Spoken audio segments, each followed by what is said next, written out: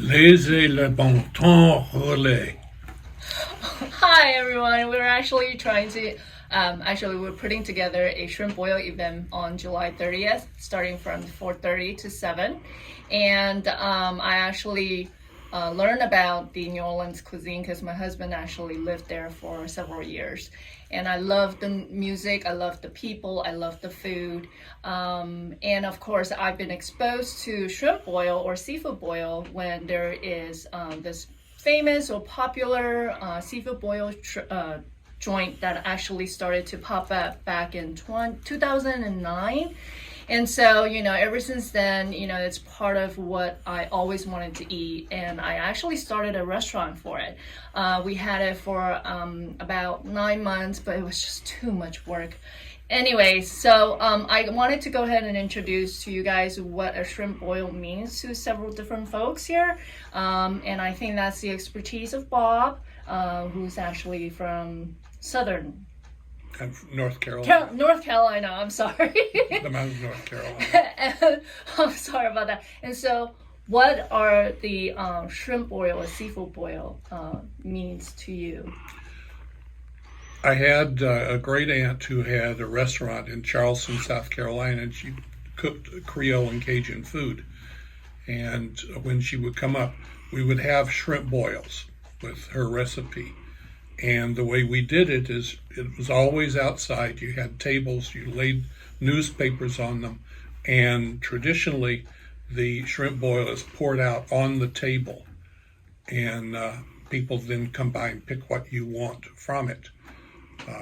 And she also had several good gumbo recipes.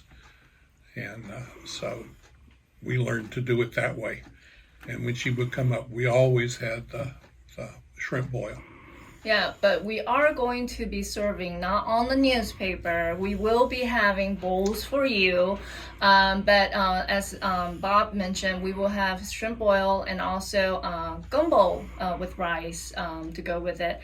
And I'm sorry, Marianne, there's going to be okra in those gumbo.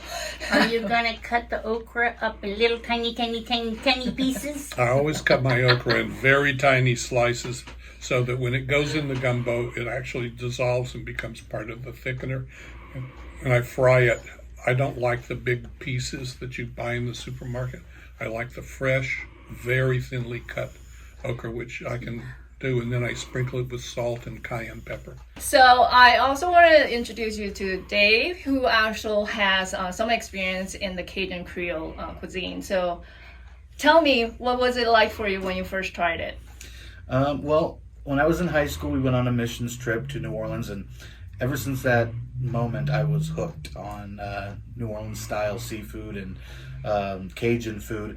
And so when I went to Bible college, me and the youth pastor here, Brian Webster, we went to Bible college together, and we would go and we'd preach on the streets of New Orleans during Mardi Gras, and then we would have this giant event at the end where we would have all kinds of crawfish and shrimp, and it would have potatoes and corn and sausages and all kinds of fixings, and then you'd add some Tony Chachere's to it, and it would make it spectacular. So I have been addicted to New Orleans style seafood and Cajun food for years. I've been there 4 times in my life, and if I could, I would live there, but then I wouldn't see you wonderful people. So I cannot wait. It's going to be worth it. I mean, $10 donation, and you get all that food right in front of you. You and bring your family and friends. Yep. It's going to be a wonderful time, I promise. So join us on July 30th at 4:30 to 7,